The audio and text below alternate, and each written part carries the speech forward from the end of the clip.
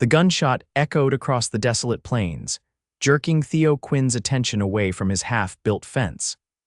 Through squinted eyes, he watched dark clouds gathering on the horizon, a behemoth of impending destruction that made his stomach clench with dread. This wasn't an ordinary storm, it was the kind that rewrote destinies and stripped men of their futures, the kind that had plagued his nightmares since his childhood in Texas. "Damn it all," he muttered, dropping his hammer and sprinting toward his modest homestead.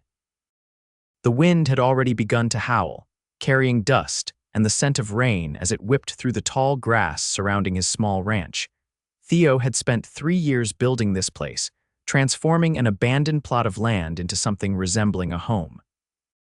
At 32, he'd seen his fair share of hardship Civil War battles that still haunted his sleep, years of drifting from town to town before finding this patch of Wyoming territory to call his own in 1872. But nothing had prepared him for what was coming. His horse, Samson, whinnied nervously in the corral, sensing the danger. Theo ran to him first, throwing open the gate and leading the anxious animal to the barn. "Easy, boy," he soothed, securing him in a stall before racing back outside. The storm was advancing with unnatural speed, its massive wall of clouds churning like an angry beast. Theo's neighbors, the Hendersons, had ridden to town that morning, leaving him alone to face what was coming. He glanced at his cabin, small but sturdy, built with his own hands after months of backbreaking labor. He'd planned to expand it someday, maybe when he found a woman willing to share his life in this remote corner of the territory. The wind intensified, nearly knocking him off his feet as he staggered toward his door. Inside, he grabbed what he could, a satchel stuffed with spare clothes, the tin box containing his meager savings, and the tattered photograph of his parents. The only legacy they'd left him before consumption took them both when he was 16. When he stepped outside again, the world had transformed. The sky was an unnatural greenish black, and the roar of the approaching storm drowned out even his thoughts. Debris flew through the air, branches, tumbleweeds, someone's laundry torn from a distant clothesline. Theo barely made it back to the barn when the first devastating gust hit. The wooden structure groaned in protest, and he pressed himself against Samson's stall, one arm around his horse's neck to keep him calm. "Lord have mercy," he whispered, a prayer he hadn't uttered since Gettysburg. The minutes stretched into an eternity as the storm unleashed its fury. The barn's roof began to splinter, sections tearing away like paper. Rain poured through the gaps, soaking Theo to the skin as he huddled with Samson. Through a widening crack in the wall, he watched in horror as his cabin, his home, began to disintegrate before his eyes. First the porch collapsed, then the roof tore away in jagged sections. The walls fought valiantly against the onslaught before surrendering to the inevitable. When a massive gust lifted what remained of his home, scattering it across the prairie like kindling, Theo felt something inside him break. 3 years of work, 3 years of saving, 3 years of dreaming, gone in minutes. By the time the storm finally passed, moving eastward to terrorize other settlements, the sun was beginning its descent. Theo emerged from what remained of his barn, legs unsteady, to survey the destruction. His cabin was simply gone, its foundation the only evidence it had ever existed. The corral had vanished, fence posts scattered like matchsticks across the mud-soaked ground. His vegetable garden was obliterated, and his tools, those not swept away, entirely lay twisted and broken. Theo stood motionless, rainwater dripping from his soaked clothing, trying to comprehend the magnitude of his loss. Everything he owned was gone or destroyed. Everything he'd built had been erased. Leading Samson by the reins, Theo began walking through the mud toward the road. He had no destination in mind, just an instinctive understanding that staying amid the ruins would drive him to despair. The nearest town, Willow Creek, lay 5 miles east. Perhaps there he could find temporary shelter and figure out what remained of his future. The journey was slow and arduous. The storm had transformed the familiar path into an obstacle course of fallen trees, standing water, and debris. Darkness fell, forcing Theo to navigate by the light of a moon that seemed indifferent to his plight. Exhaustion and shock dulled his senses, reducing his world to the simple act of placing one foot in front of the other. It was well past midnight when the scattered lights of Willow Creek appeared in the distance. Despite the late hour, the town was alive with activity. Lanterns bobbed like fireflies as people assessed damage and assisted neighbors. The storm had struck here too, though not with the same ferocity that had obliterated Theo's homestead. As he approached the main street, a female voice called out, "Is someone there?" Theo turned toward the sound, his vision blurry with fatigue. A woman stood on the porch of a modest two-story building, holding a lantern aloft. The sign above the door read, "Prescott Mercantile and Boarding House." "Madam," he managed, his voice rough from disuse. She descended the steps quickly, concern etched on her face as she drew nearer. "You're soaked through," she said, taking in his bedraggled appearance. "Come inside before you catch your death." Too exhausted to argue, Theo followed her, leading Sampson toward a small stable adjacent to the building. The woman helped him secure his horse, providing fresh water and a measure of feed without being asked. "I'm Josephine Prescott," she said as they returned to the main building. "Most folks call me Josie." "Theo Quinn," he replied, removing his sodden hat out of ingrained politeness. "I had a place north of here." Something in his phrasing must have revealed the truth because understanding dawned in her eyes. "The storm took it," she said softly, "not a question." "Everything," Theo confirmed, the word hanging heavy between them. Josie nodded, a quiet acceptance of his tragedy. "You're not the only one. Sheriff says the Reynolds place is gone too, though they made it to the root cellar in time." She gestured for him to follow her inside. "Come on. You need dry clothes and something warm in your belly." The interior of the boarding house was modestly furnished, but clean and well-maintained. A counter separated the mercantile portion from a small common area with tables and chairs. A staircase led to what Theo assumed were the guest rooms above. "My brother's clothes should fit you," Josie said, disappearing briefly into a back room. She returned with folded garments and a towel. "There's a washroom through there. I'll heat some stew while you change." Theo hesitated. "Miss Prescott, I appreciate your kindness, but I'm afraid I don't have much money to." She waved away his concern. "We can settle accounts later. Tonight, you need rest more than I need payment." In the small washroom, Theo stripped off his ruined clothing and used the basin of water to clean away the worst of the mud. The face that stared back at him from the spotted mirror looked like a stranger's, hollow-eyed and haggard, with several days' worth of stubble darkening his jaw. He'd once been considered handsome, with his tall frame and dark eyes that crinkled at the corners when he smiled. Now he looked like what he was, a man who'd lost everything. The borrowed clothes fit reasonably well, though the sleeves of the shirt were slightly short for his long arms. When he emerged, Josie had set a bowl of steaming stew on one of the tables, along with a chunk of bread and a mug of coffee. "Sit," she instructed, her tone brooking no argument. "Eat." Theo obeyed, suddenly aware of a hunger that transcended his despair. The stew was simple but hearty, laden with chunks of venison and vegetables. He ate methodically, aware of Josie moving about the room, straightening items on shelves and occasionally casting concerned glances his way. She was not what most would call a traditional beauty, he observed between mouthfuls. In her late 20s, perhaps, with chestnut hair pulled back in a practical braid and intelligent green eyes that missed nothing. Her dress was plain but well-made, and she carried herself with a quiet confidence that spoke of self-reliance. "You run this place alone?" he asked, breaking the silence. "Since my brother joined the cavalry 3 years back," she replied. "Pa built it, left it to David when he passed." "David left it to me when he enlisted." A small smile touched her lips. "Not that folks around here were too pleased about a woman running a business on her own." "Seems you've managed well enough," Theo observed, glancing around the well-stocked mercantile. "I've managed," she agreed, her tone suggesting it hadn't always been easy.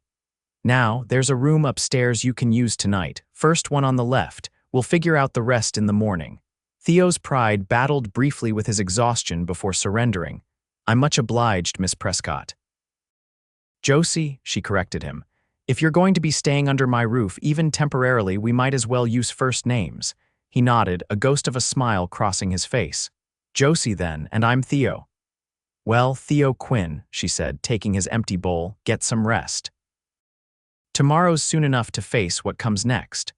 The room upstairs was small but clean, with a narrow bed, a washstand, and a window overlooking the main street. Theo removed his borrowed boots and stretched out on the bed, expecting sleep to claim him instantly. Instead, he found himself staring at the ceiling, replaying the storm's destruction in his mind's eye, everything gone. The thought echoed relentlessly. 3 years of work, erased in minutes. He had some savings, yes, but nowhere near enough to rebuild from scratch. At 32, he was starting over with nothing but a horse and the clothes on his back. Eventually, exhaustion overcame his churning thoughts, and he slipped into a dreamless sleep. Morning arrived with the sound of voices from below. Theo rose stiffly, his body protesting the previous day's ordeal. After splashing water on his face and making himself as presentable as possible in borrowed clothes, he descended the stairs. The mercantile was busy, filled with townspeople discussing the storm's aftermath and purchasing supplies for repairs. Josie moved efficiently behind the counter, tallying purchases and answering questions with practiced ease. She spotted him and nodded toward a side door that led to a small kitchen. "Coffee's hot," she called over the chatter. Theo made his way through the crowd, acutely aware of curious glances. In the kitchen, he found a pot of coffee on the stove and helped himself, grateful for its reviving warmth. A newspaper lay on the table, the Willow Creek Gazette, dated the previous week. Theo leafed through it absently, pausing at a notice seeking ranch hands for the Walker spread 10 miles south. It wasn't ideal. He'd worked for others before establishing his own place and had sworn never to return to that life, but it might provide temporary respite while he determined his next steps. Josie joined him an hour later, wiping her hands on her apron. "Sheriff's organizing relief efforts for those hit hardest," she informed him. "Town council's allocated funds for rebuilding. You should speak with him." Theo set down his cup. "I appreciate the suggestion, but I don't take charity." "It's not charity," Josie countered, her green eyes flashing. "It's neighbors helping neighbors. That's how we survive out here." He recognized the truth in her words, but couldn't overcome his ingrained self-reliance. "All the same, I've never been one to ask for handouts." "Stubborn," she muttered, but without real heat. "At least talk to Sheriff Hayes. He's taking stock of who needs what." Before Theo could respond, the kitchen door opened, and a portly man with an impressive mustache entered. He wore a silver star on his vest the sheriff Josie had mentioned. "Miss Prescott," he greeted her, removing his hat. His gaze shifted to Theo. "And you must be Quinn. Word is your place was hit bad." "Nothing left to hit, Sheriff," Theo confirmed, rising to shake the man's hand. Hayes grimaced sympathetically. "Damn shame. That was fine land you were working." He pulled a small notebook from his pocket. "I'm logging damages for the territory representative.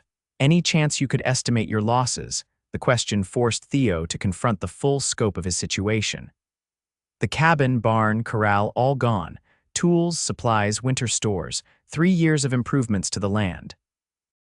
He paused, calculating. Maybe $5,000 all told, the sheriff whistled softly. "That's steep. Territory fund won't cover half that, even if it's approved." "I figured as much," Theo said, resignation coloring his voice. "You got someplace to go, family back east maybe." Theo shook his head. "No family, no place." The admission cost him, stripping away the last of his dignity. "He can stay here," Josie interjected. Both men turned to stare at her, and a flush colored her cheeks. "The boarding house has rooms to spare, and I could use help with repairs and restocking. The storm damaged my roof, and I've got inventory coming from Cheyenne next week." The sheriff raised an eyebrow but made no comment. Theo struggled to formulate a response that wouldn't sound ungrateful. "That's a generous offer, but nothing," Josie interrupted. "You need a place to stay, I need help. It's a fair exchange, not charity." Theo really looked at her, and saw determination in the set of her jaw. She wasn't offering out of pity, he realized. She was proposing a practical arrangement that benefited them both. "All right," he agreed finally, "until I sort out next steps." The sheriff nodded approvingly. "Seems sensible." "Now, Quinn, If you'll come down to my office later to sign a formal statement about your losses, I'll include it in my report to the territory representative." After Hayes departed, Theo turned to Josie. "You sure about this arrangement?" "I wouldn't have offered if I wasn't," she replied pragmatically. "The roof needs patching, the stable needs reinforcing, and I've got crates of goods to move when they arrive. My regular help, young Billy Matthews, broke his arm falling from his father's hayloft during the storm." Theo nodded slowly, finding comfort in the pragmatic nature of their arrangement. "I'm handy with repairs, and I can certainly move crates." "Then it's settled," Josie said with finality. "Now I've got customers to tend to, and you should see about checking on your horse and getting proper clothes. Your old ones are probably beyond saving, but there are second-hand items in the back room that might fit." As Josie returned to the mercantile, Theo found himself oddly relieved. The arrangement wasn't ideal. Nothing could replace his homestead, but it provided purpose and direction when he needed it most. The days that followed established a routine.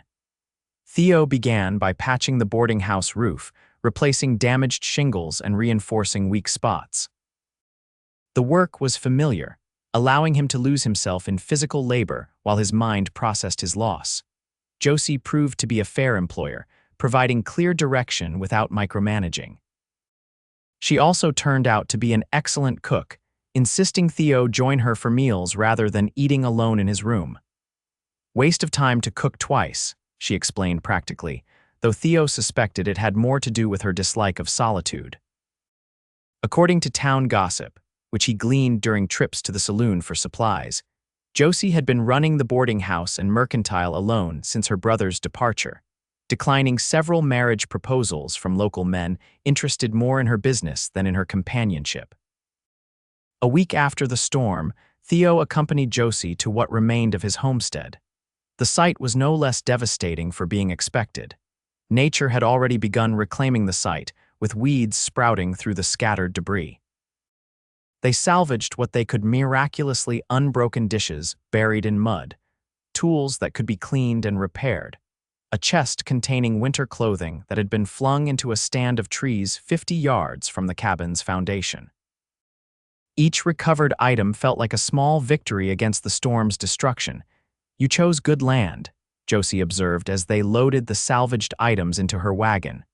"Rich soil, good drainage, clear view to the mountains." "Took months to find the right spot," Theo replied, surveying what had once been his future. "Thought I'd grow old here." Josie was quiet for a moment, then said simply, "You could rebuild." He shook his head. "Takes money I don't have. Material costs are higher now than when I started, and I'd need help. Can't raise a cabin alone." "The territory fund won't be enough," he interrupted gently. "And even with neighbors' help, I'd be starting from nothing, heading into winter with no reserves." He sighed, the weight of reality settling on his shoulders. "No, I think this chapter's closed. Just need to figure out what comes next." Josie regarded him thoughtfully but didn't press the issue. Instead, she helped him gather the last of the salvageable items, treating each with the respect due to a man's worldly possessions, however humble.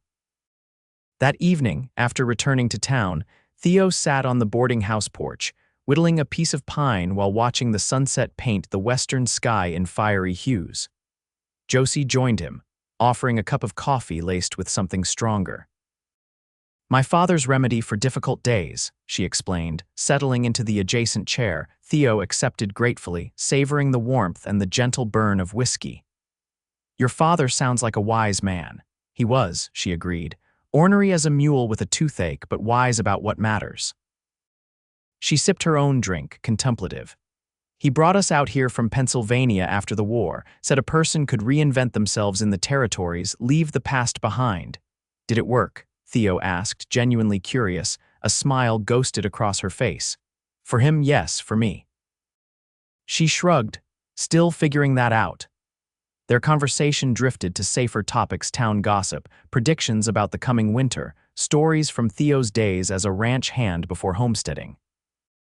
It was the most they'd spoken outside of work arrangements, and Theo found himself enjoying Josie's dry wit and practical outlook.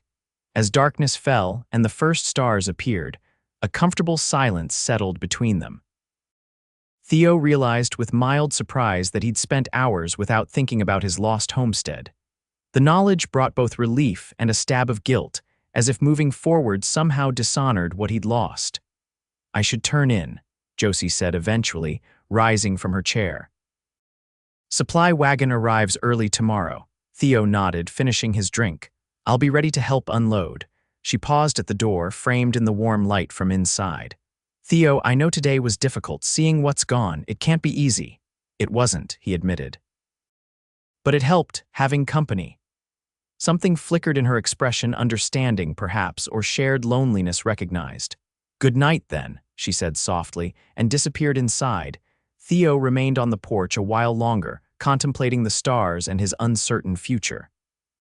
For the first time since the storm, the weight of despair had lightened slightly. Not gone, he doubted, it would ever vanish completely, but manageable in a way it hadn't been before. Morning brought the promised supply wagon, loaded with goods for the mercantile and special orders for townspeople. Theo worked alongside Josie, unloading crates and arranging items on shelves according to her precise instructions. "You have a system for everything, don't you?" he observed, amused by her insistence that canned goods be arranged by type rather than size. "A place for everything and everything in its place," she quoted primly. "Customers expect consistency." By midday, the new inventory was properly shelved, and the mercantile buzzed with activity as locals came to purchase fresh supplies. Theo retreated to the stable to check on Sampson and begin repairs to the structure's storm-damaged roof. He was balanced on a crossbeam, hammer in hand, when a familiar voice called his name. Looking down, he spotted Nathan Walker, owner of the large ranch south of town. The older man removed his hat, squinting up at Theo. "Heard what happened to your place," Walker said without preamble. "Damn shame, you put good work into that land." Theo descended the ladder, wiping his hands on a rag. "Appreciate the sentiment, Mr. Walker." "Got a proposition for you," the rancher continued. "My foreman's moving to Oregon come spring. His sister married a man out there, wants the whole family together." He fixed Theo with a direct gaze. "I need someone who understands ranching and can manage men. Someone who's proven they can build something from nothing." Theo's surprise must have shown on his face because Walker chuckled. "Don't look so shocked, Quinn. Your reputation's solid. 3 years turning rough country into a working homestead speaks for itself." The offer was unexpected but not unwelcome. Walker ran the largest operation in the county, with thousands of acres and a substantial herd. The foreman position would provide stability and a good wage, though not the independence Theo had valued as a homesteader. "It's a generous offer," Theo said carefully. "When would you need an answer?" "No rush," Walker replied easily. "Winter's coming and Tom's staying till spring. Think it over." He replaced his hat, preparing to leave. "Position comes with housing, by the way, small cabin near the main house. Nothing fancy, but solid." After Walker departed, Theo returned to his repairs, mind churning with possibilities. The foreman position was more than he could have hoped for respectable work with decent pay and housing provided. It wasn't the same as having his own place, but it was a path forward when he'd seen none. That evening, he mentioned the offer to Josie as they shared supper in the boarding house kitchen. "Walker Ranch is a good outfit," she said, refilling his coffee cup. "Nathan's fair with his men, pays on time." "That's what I've heard," Theo agreed. "And foreman's a step up from regular ranch hand, more responsibility, better wages." Josie nodded, her expression carefully neutral. "Sounds like a good opportunity." Something in her tone made Theo study her more closely. No, but, she said, busying herself with clearing dishes. "If you're asking my opinion, I think you should take it. Walker doesn't make such offers lightly." "I wasn't asking if I should take it," Theo clarified. "I was wondering what you thought about it." Josie paused, hands submerged in dishwater. "What I think doesn't matter, Theo. It's your decision." "It matters to me," he said quietly. She turned then, wiping her hands on her apron, her expression conflicted. "All right, if you want honesty, I think you're settling." Seeing his surprise, she continued, "You're a builder, Theo. A man who creates something from nothing. Working for Walker, even as foreman, it's less than what you're capable of." Her assessment struck uncomfortably close to his own unvoiced concerns. Sometimes life doesn't give us what we're capable of, he pointed out. Sometimes it takes away what we've built and leaves us starting over. Yes, she agreed softly, it does. But starting over doesn't have to mean abandoning the dream entirely. She met his gaze directly. You could rebuild your homestead, Theo, not immediately perhaps, but eventually. With what resources? He asked, frustration coloring his tone. I told you the territory funds won't be enough.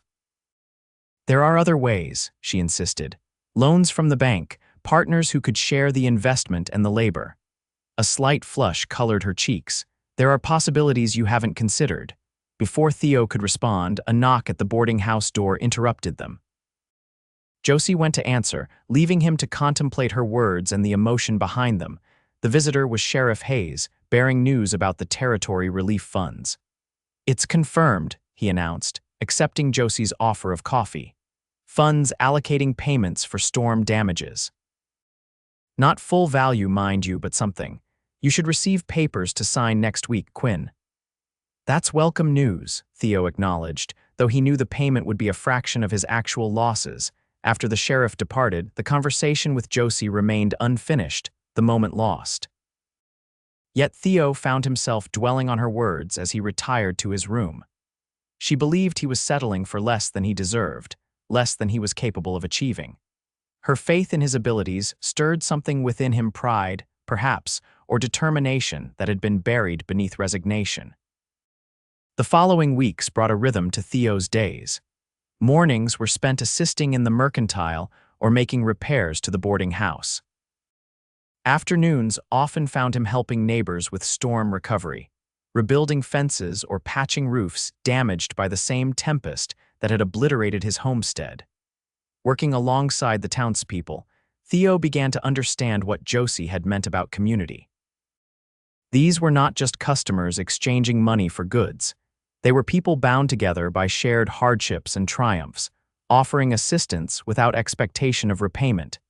Josie herself was deeply embedded in this communal tapestry. Theo observed how she extended credit to families struggling after the storm, arranged delivery of supplies to elderly residents unable to visit the mercantile, and maintained a small lending library of books for children attending the town's one-room schoolhouse.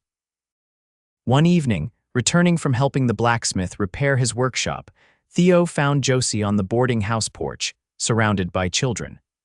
She was reading aloud from a worn copy of Treasure Island, her expressive voice bringing the adventure to life for her rapt audience.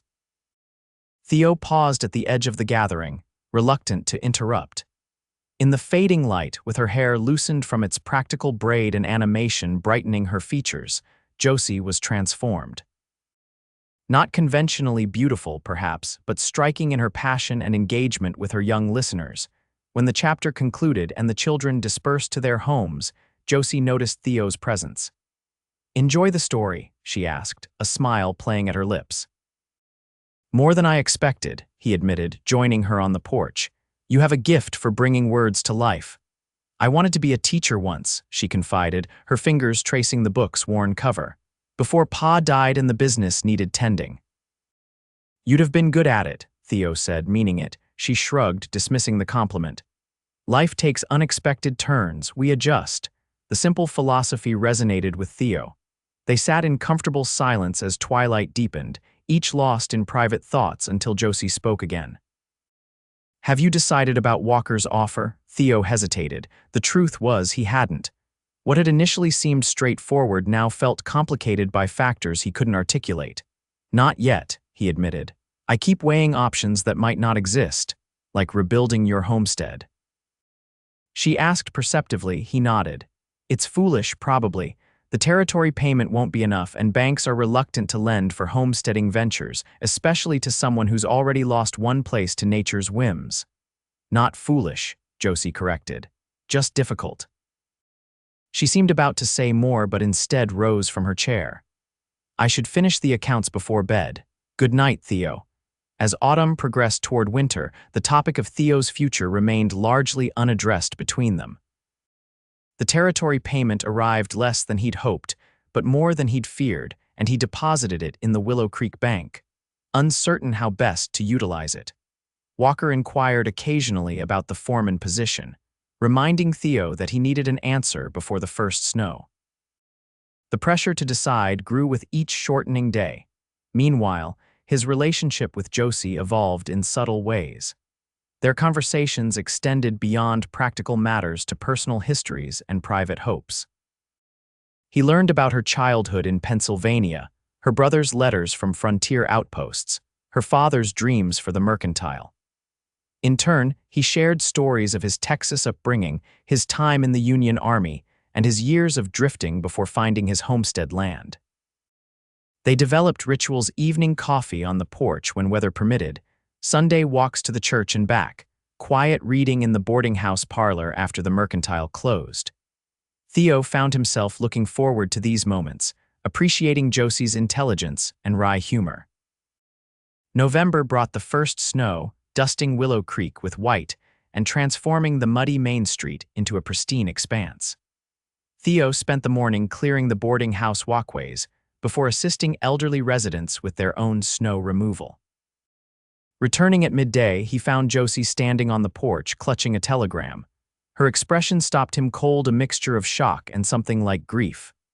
"What's happened?" he asked, taking the steps two at a time. Wordlessly, she handed him the telegram. The message was brief and devastating.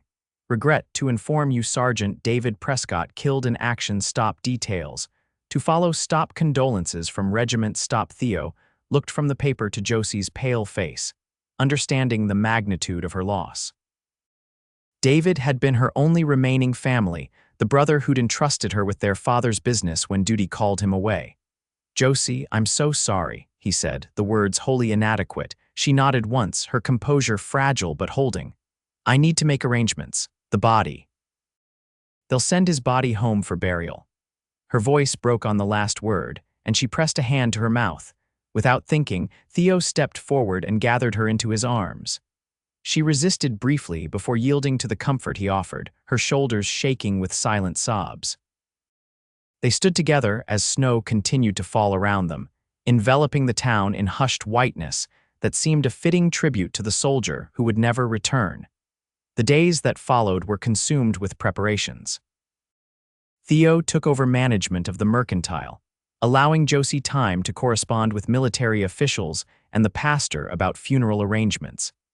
Customers expressed their condolences, many sharing stories of David Prescott's childhood mischief or adolescent kindnesses. David's body arrived a week later, escorted by a solemn cavalry officer who presented Josie with her brother's personal effects and a flag folded into a precise triangle. The funeral drew the entire town, veterans standing at attention as David was laid to rest beside his father in the small cemetery on the hill overlooking Willow Creek. Throughout the ordeal, Theo remained steadfastly at Josie's side, offering quiet support and handling practical matters when grief overwhelmed her. He postponed his decision about Walker's offer, unwilling to introduce another change when Josie was already grappling with profound loss. The evening after the funeral, Josie emerged from her private quarters for the first time in days. She found Theo in the mercantile, methodically restocking shelves. "You don't have to do that," she said, her voice hoarse from crying. He turned, surprised to see her. "I know, I wanted to help." She nodded, wrapping her shawl more tightly around her shoulders. "You have helped, Theo, more than I could have asked." An awkward silence fell between them, filled with things unsaid. Finally, Josie spoke again, her voice stronger. "Walker came by yesterday while you were at the blacksmith's. He needs your answer about the foreman position." Theo set down the can he was holding. "I told him I needed more time, under the circumstances." "You shouldn't delay your decision on my account," Josie said firmly. "I've managed alone before, I can do so again." The declaration struck Theo as both brave and unnecessary. "I'm not delaying because I think you need me," he clarified. "I'm delaying because I'm not sure what I want anymore." Josie studied him, confusion evident in her reddened eyes. "What do you mean?" "The position with Walker is everything you need: steady work, housing, a future." "Is it?" Theo challenged gently. "Is that all there is to a future? Steady work and a roof that belongs to someone else?" She shook her head, not understanding. What else is there for someone in your position? The question hung between them, loaded with implications neither had voiced. Theo took a deep breath, choosing his words carefully. There's rebuilding what was lost. There's creating something new from the ruins. There's. He hesitated, then committed. There's not facing either option alone. Comprehension dawned in Josie's expression, followed quickly by wariness. Theo, if you're suggesting what I think you are, this isn't the time. I've just buried my brother. I'm not in any state to, I know, he interrupted, moving closer. I'm not proposing anything specific. I'm just saying that maybe there are possibilities we haven't properly considered, partnerships that could benefit us both. Partnerships, she repeated, the word carrying weight beyond its dictionary definition. Your brother left you the mercantile and boarding house, Theo continued. I have experience building and managing land. Together, we might create something neither of us could achieve alone. Josie's expression shifted through several emotions: confusion, consideration, a flicker of hope quickly suppressed. You're talking about a business arrangement, she said finally. For now, Theo agreed, not pushing further. A starting point at least, she nodded slowly, processing the suggestion. I need time to think, Theo. Everything's happening too fast. Of course, he assured her. Take all the time you need. I'm not going anywhere just yet. The conversation marked a turning point, though its full significance wouldn't become clear until later. In the weeks that followed, as winter settled over Willow Creek with bitter cold and blowing snow, Theo and Josie maintained a careful distance. They continued their evening conversations and shared meals, but an undercurrent of anticipation colored their interactions. December brought Christmas preparations to the town and the mercantile. Josie emerged gradually from her grief, finding solace in community traditions and the practical demands of her business. Theo continued assisting where needed, his presence becoming so familiar that townspeople often directed mercantile questions to him when Josie was occupied elsewhere. One evening, as they closed the shop after a busy day, Josie broached the topic they'd been circling for weeks. I've been thinking about your suggestion, she said, counting the day's receipts. About a partnership. Theo paused in his sweeping, trying to gauge her tone. And it has merit, she admitted, not looking up from her tallying. From a practical perspective, at least, the boarding house needs regular maintenance that I struggle to manage alone. And David always wanted to expand the mercantile, perhaps add a proper restaurant to serve travelers. That could work, Theo agreed cautiously. The building next door has been empty since Miller moved his barbershop to the new location. With some renovation, it could connect to this space. Josie nodded, finally meeting his gaze. That's what I was thinking. But such an expansion requires capital and labor I don't have on my own. I have the territory payment, Theo offered. Not enough to rebuild my homestead properly, but perhaps enough to invest in an expansion here. And your skills would reduce labor costs considerably, Josie added, warming to the idea. It could be a sound investment for both of us. The conversation continued as they moved to the kitchen for their customary evening meal. They discussed practicalities, how to structure the partnership legally, what percentage each would contribute and own, how responsibilities would be divided. Walker will be disappointed, Josie observed as they finished eating. He was counting on you for that foreman position, Theo shrugged. He'll find someone suitable, maybe young Jim Henderson. He's been looking to move up from regular ranch hand. So you've decided then, she asked. You're staying in Willow Creek. The question contained layers of meaning beyond its surface. Theo chose his response carefully. I'm staying. The details of what that means, those are still evolving. A ghost of a smile touched Josie's lips. Evolution takes time, it does, he agreed, but the direction seems clear enough. Christmas Eve brought a communal celebration in the town hall, with every family contributing food and good cheer. Theo escorted Josie to the gathering, aware of curious glances and speculative whispers from the townsfolk. Their partnership was already the subject of considerable gossip, with opinions divided on whether it was purely business or something more. The truth, as Theo understood it, lay somewhere in between. His feelings for Josie had developed gradually, but undeniably respect deepening to admiration, friendship warming to affection. Whether she reciprocated in the same measure remained unclear, her grief for her brother creating an understandable barrier to emotional entanglements. As they returned from the celebration, snow began falling in large, lazy flakes that caught in Josie's hair and eyelashes. They paused on the boarding house porch, reluctant to end the evening. "I have something for you," Josie said suddenly. "A Christmas gift. Wait here." She disappeared inside briefly, returning with a package wrapped in brown paper and string. "It's not much," she said, presenting it to him. Theo unwrapped it carefully to reveal a leather-bound journal, its cover tooled with a simple geometric pattern. "It's beautiful," he said, genuinely appreciative. "I thought you might use it to plan the expansion," Josie explained, "or to record your thoughts about whatever comes next." The thoughtfulness of the gift touched him deeply. "Thank you. I didn't get you anything proper, I'm afraid." "You've given me enough already," she assured him. "Support when I needed it most, a future for the business David loved. Still, I wish I had something tangible to offer," Theo insisted. Josie regarded him with a mixture of exasperation and fondness. "You really don't understand, do you?" When he looked confused, she continued, "After the storm destroyed your home, you could have gone anywhere. Started fresh in another town, another territory. Instead, you stayed and helped rebuild not just your life but parts of this community." "I stayed because I found shelter here," Theo said simply. "Yes, a room in my boarding house," Josie agreed. "But that's not what I mean." Snow continued to fall around them, creating a cocoon of white that seemed to insulate them from the world beyond the porch. Theo took a step closer to Josie, narrowing the space between them. "What do you mean, then?" he asked quietly. Josie met his gaze steadily, vulnerability and determination mingling in her expression. "When you lost your home to the storm, I told you something. Do you remember?" Theo nodded, the memory surfacing clearly despite the chaos of that night. "You said I'd always have shelter in you." "I meant it," she said softly. "Not just the boarding house. Me. Whatever comes, whatever we build or lose or find, there's shelter in what we offer each other." The simple declaration, devoid of flowery sentiment but rich with honest emotion, embodied everything Theo had come to value about Josie. He reached for her hand, entwining his fingers with hers. "I'm beginning to understand that," he said, "and I want you to know the shelter goes both ways.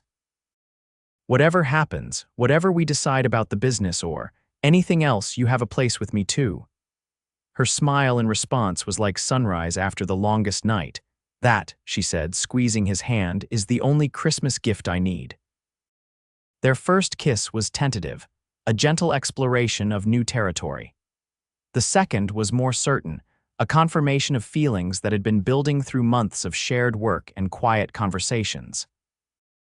When they separated, snowflakes melting between them, Theo felt a sense of rightness that had been absent since the storm tore away his homestead. "Merry Christmas, Theo," Josie whispered. "Merry Christmas, Josie," he replied, his heart fuller than it had been in years. Spring arrived gradually, snowmelt revealing muddy streets and the first tentative shoots of green. The mercantile expansion was well underway, with Theo overseeing construction that connected the main building to the former barbershop next door. The space was being transformed into a small restaurant that would serve travelers and locals alike, providing another revenue stream for their growing business. Their partnership had evolved two personal and professional aspects, intertwining as naturally as the creek tributaries joining the main flow outside town. Theo had formally moved from the boarding house to the small apartment above the mercantile, sharing the space with Josie as their relationship deepened. Town gossip had faded from scandal to accepted fact. Theo Quinn and Josephine Prescott were a couple in business and in life, though no formal announcement of engagement had been made. Josie insisted on waiting until the anniversary of her brother's death had passed, unwilling to disrespect his memory by rushing into marriage while still in mourning. Theo respected her wishes, content with the knowledge that their future was secure, if not yet officially proclaimed. The partnership agreement they'd signed in January gave him equal stake in the mercantile and boarding house, while Josie had added her name to the deed for Theo's homestead land, which they planned to develop as a secondary venture. once the town business was firmly established. On a warm May afternoon, Theo rode out to the homestead site, surveying the land with fresh eyes. Nature had continued its reclamation project through winter, but the underlying potential remained good soil, favorable position, proximity to water. With careful planning and the resources now available through their partnership, rebuilding was no longer an impossible dream. He dismounted near the cabin's former location, allowing Sampson to graze while he walked the property. Spring wildflowers dotted the grass, and birds called from trees that had withstood the storm's fury. The destruction that had once seemed so absolute now appeared temporary, a pause rather than an ending. Theo was making notes in the journal Josie had given him at Christmas when he heard the approach of another horse. Looking up, he saw Josie riding toward him on her mare, her hair loose in the breeze. "Thought I might find you here," she called as she drew closer. "Mrs. Henderson said she saw you heading this way. Just making some plans," Theo explained as she dismounted. "Thinking about where to position a new cabin, perhaps larger than the original."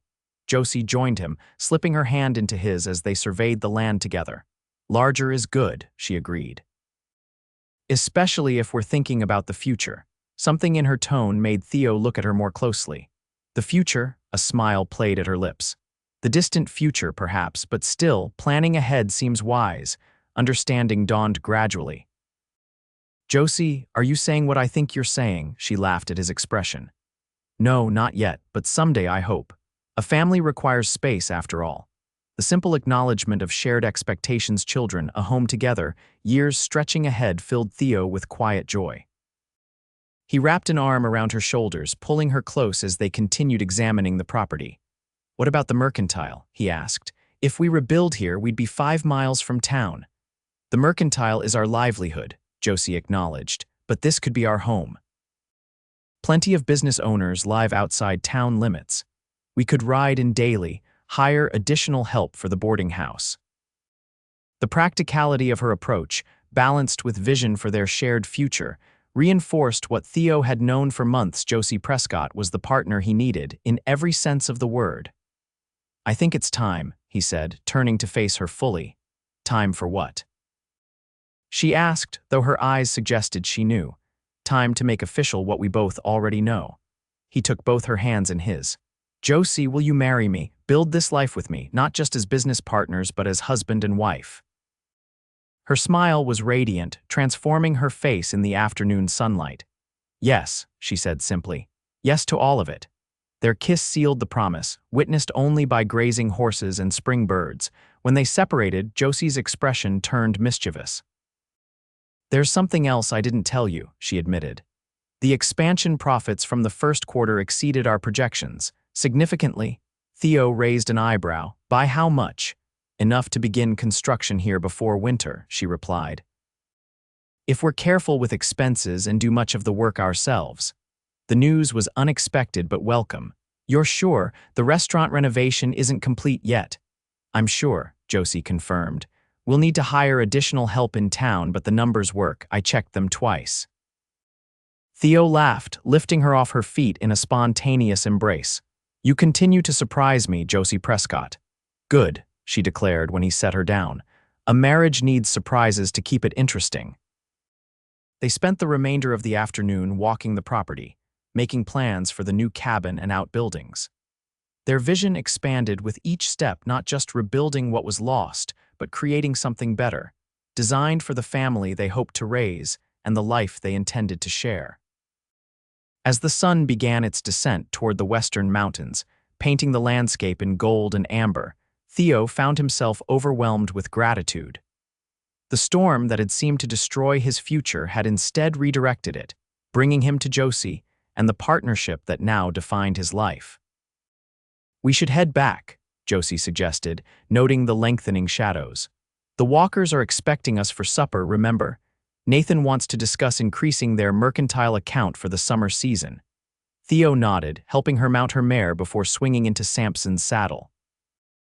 As they rode side by side toward town, he reflected on the journey that had brought them together, loss transformed to gain, despair yielding to hope, 2 independent lives merging into a shared future. penny for your thoughts, Josie said, noticing his contemplative expression.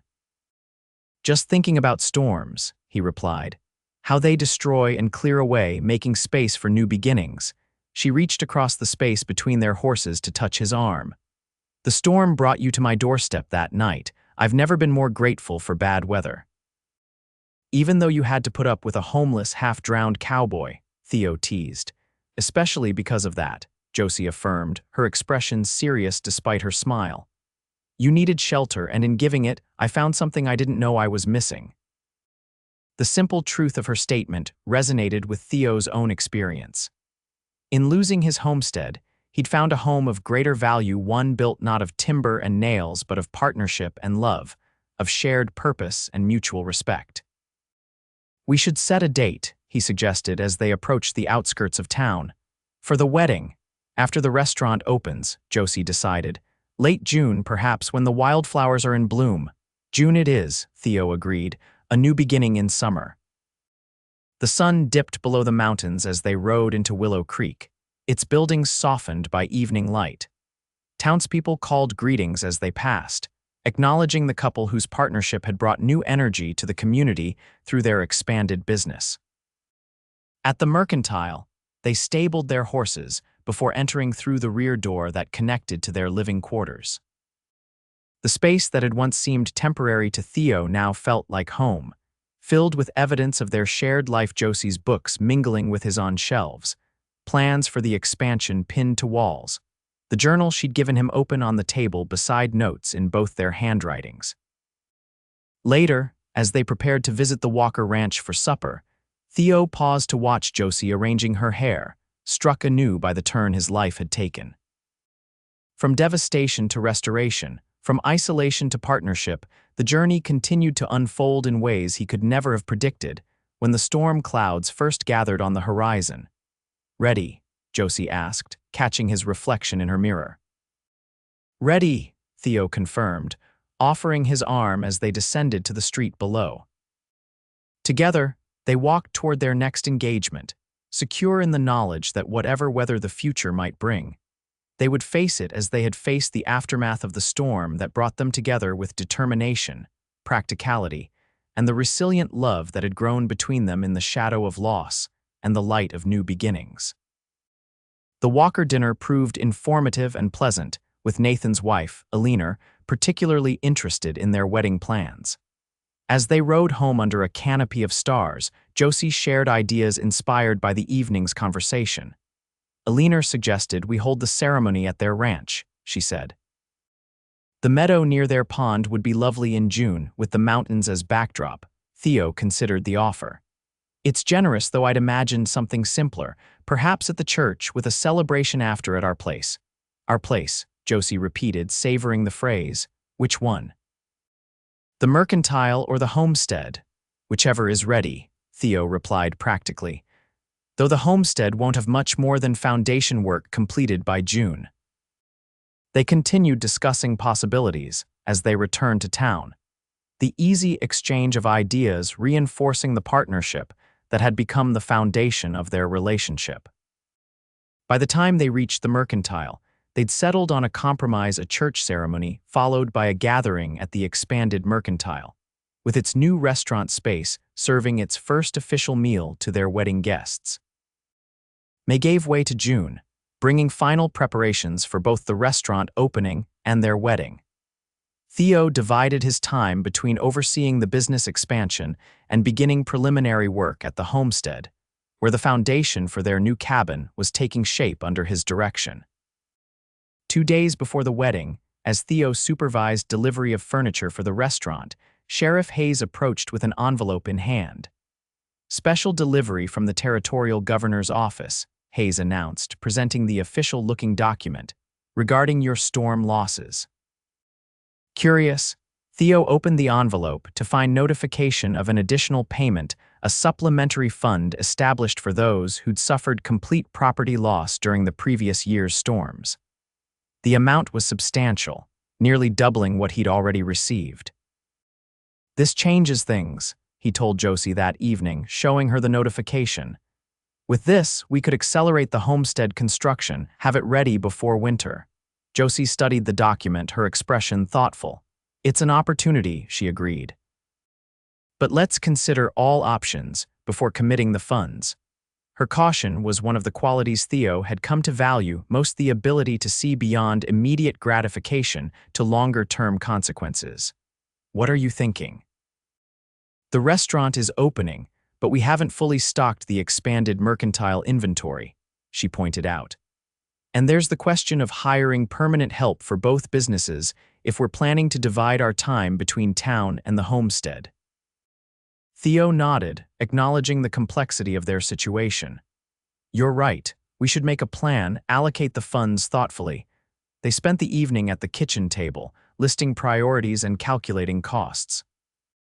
By midnight, they developed a balanced approach. Some of the new funds would accelerate homestead construction, while the remainder would secure the business expansion through additional inventory and staff. We make a good team, Josie observed as they prepared for bed. Even when we approach things differently. Especially then, Theo agreed, drawing her close. Your caution balances my impulses. My optimism counters your skepticism. She smiled against his shoulder. Is that your way of saying I worry too much? It's my way of saying we complement each other, he clarified. Together, we make better decisions than either of us would alone. The truth of this statement was evident in all they'd accomplished since forming their partnership: the thriving mercantile, the nearly completed restaurant, the homestead plans that balanced practicality with vision for their future. What had begun as a pragmatic arrangement had evolved into something far more valuable: a true partnership of equals, each contributing distinct strengths to their shared endeavors. Their wedding day dawned clear and bright, with mountain breezes tempering June's warmth. The church filled with townspeople and ranchers from outlying areas, all eager to witness the union that had been the subject of speculation for months. As Theo waited at the altar, watching Josie walk toward him on Sheriff Hayes's arm, the lawman standing in for her absent father and brother, he was struck by how perfectly their journey embodied the promise she'd made on that stormy night: you'll always have shelter in me. What had begun as literal offering of housing had deepened into something far more profound: the shelter of unwavering support, mutual respect, and enduring love. The ceremony was brief but meaningful, with vows they'd written themselves that acknowledged both their business partnership and their personal commitment. When the pastor pronounced them husband and wife, the church erupted in applause that followed them into the sunlight outside. The celebration at the newly opened restaurant extended late into the evening, with townsfolk offering toasts and sharing stories of how the couple's enterprise had benefited the community. Nathan Walker, slightly intoxicated but sincere, raised his glass to declare, "To the storm that brought them together, may all our disasters have such happy endings." Later, as they bid farewell to the last guests, Theo and Josie stood in the doorway of what was now officially Quinn and Prescott Mercantile Restaurant and Boarding House. "Mrs. Quinn," Theo said, testing the new name. "Mr. Prescott," Josie countered with a mischievous smile. "Or perhaps we should use both, as we have for the business. Quinn Prescott has a certain dignity," Theo agreed, wrapping an arm around her waist, "though I'm partial to the simpler version myself." "Names matter less than what they represent," Josie said, leaning into his embrace. "And ours represents something rather extraordinary, I think." "Extraordinary indeed," Theo affirmed, kissing her lightly. "From storm to shelter to partnership beyond anything I could have imagined." 1 year to the day after the tornado that destroyed Theo's homestead, they moved into their new cabin on the rebuilt property. Larger and more comfortable than his original structure, it represented not just recovery from disaster, but improvement, a physical manifestation of how loss had ultimately led to gain. The mercantile and restaurant in town continued to prosper under their joint management, with trusted employees handling daily operations when they were at the homestead. The arrangement allowed them to maintain their business interests, while establishing the home they'd envisioned during those first tentative conversations after Josie's brother's death. On the anniversary evening, they sat on their new porch, watching sunset paint the distant mountains in hues of purple and gold. Josie's hand rested protectively over her slightly rounded abdomen, where their first child had recently announced its presence through morning sickness and expanding waistlines. "I've been thinking about the storm," Theo said, his gaze on the horizon where weather still gathered and dispersed with the seasons, "about how differently everything might have turned out if it had passed a mile north or south." "You believe in fate, then?" Josie asked, raising an eyebrow. "That seems unlike your practical nature." "Not fate exactly," he clarified, "but I do believe good can emerge from disaster if we're willing to see possibilities rather than just losses." Josie considered this, her expression thoughtful. "The storm took your home," she acknowledged. "But in seeking shelter, you found something else." "I found you," Theo said simply, "and in you I found not just shelter but partnership, purpose, love." He placed his hand over hers, feeling the subtle evidence of their growing family. "I found future." The simple declaration hung in the air between them, a truth as solid as the cabin at their backs, and as promising as the child developing beneath their joined hands. What had begun in devastation had flourished into something neither could have anticipated: a life built on mutual respect and shared dreams, on practical solutions to difficult challenges, on love that had grown not from initial passion, but from gradual recognition of what truly mattered. "To storms and shelter," Josie said softly, echoing the toast Walker had offered at their wedding, "and to finding home in unexpected places." "To finding home in each other," Theo amended, sealing the sentiment with a kiss as twilight settled over their rebuilt world. In the years that followed, the Quinn Prescott enterprises continued to thrive. The mercantile expanded to include a second location in the growing settlement 15 miles east. The restaurant became known throughout the territory for Josie's mother's Pennsylvania Dutch recipes, executed by the skilled cook they'd hired from Denver. Their family grew as well, first with Thomas David Quinn, named for his father and uncle, then with Elizabeth Josephine 2 years later. The homestead expanded to include a proper barn, bunkhouse for seasonal help, and eventually a small schoolhouse that served their children and those of neighboring ranches. Through it all, they maintained the partnership that had defined their relationship from its earliest days, sharing responsibilities, respecting each other's strengths, working together to overcome challenges that arose with changing economic conditions and the territory's evolution toward statehood. On their 10th wedding anniversary, as they watched their children playing beneath the cottonwood trees that had survived the tornado and now provided shade for a new generation, Theo reflected on the strange alchemy that had transformed disaster into blessing. "Do you ever wonder," he asked Josie, who was sketching plans for another expansion of the mercantile's inventory, "what would have happened if I'd taken Walker's foreman position instead of suggesting our partnership?" She set aside her pencil, giving the question proper consideration. "You'd have been successful there," she said with certainty. "You're capable and hardworking. Walker would have been fortunate to have you." "And you?" Theo pressed. "What would your path have been?" "Harder, perhaps," she admitted, "running the businesses alone, especially after losing David." "It would have been a struggle," she smiled, the expression softening the determination that still characterized her approach to life. "But I'd have managed. I always do." "Yes, you do," Theo agreed, admiring anew the strength that had first drawn him to her. "That's what makes our partnership work. Neither of us needed the other to survive. But we chose each other to thrive," Josie completed the thought, "not from desperation but from recognition of something worth building together."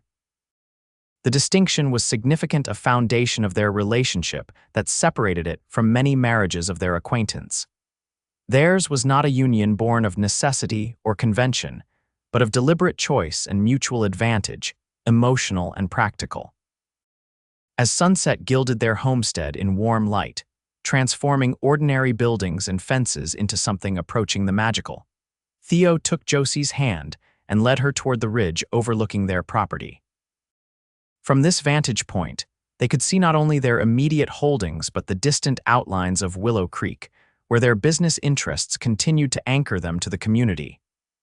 "We've built something remarkable," Theo observed, surveying the tangible evidence of their decade together. "We have," Josie agreed, "though the most valuable parts aren't visible from here." He glanced at her, understanding her meaning. The partnership, the trust, the love that had developed between them, these were the true achievements, more significant than buildings or businesses or bank accounts. "I lost my home to that storm," Theo said, echoing words he'd spoken in despair a decade earlier. "But I found something far better in its aftermath." Josie squeezed his hand, her grip conveying what words sometimes couldn't: appreciation, affirmation, the quiet certainty of continued companionship through whatever weather life might yet bring. "You'll always have shelter in me," she promised, renewing the vow that had begun their journey together. "No matter what storms may come." "And you in me," Theo responded, completing the circle of commitment that had transformed two independent lives into a shared future stronger than either could have built alone. As twilight settled over the land they'd reclaimed and improved together, they turned toward home, the cabin built from destruction's aftermath, illuminated now by lamplight and children's laughter, a beacon of what was possible when loss opened the door to unexpected beginnings.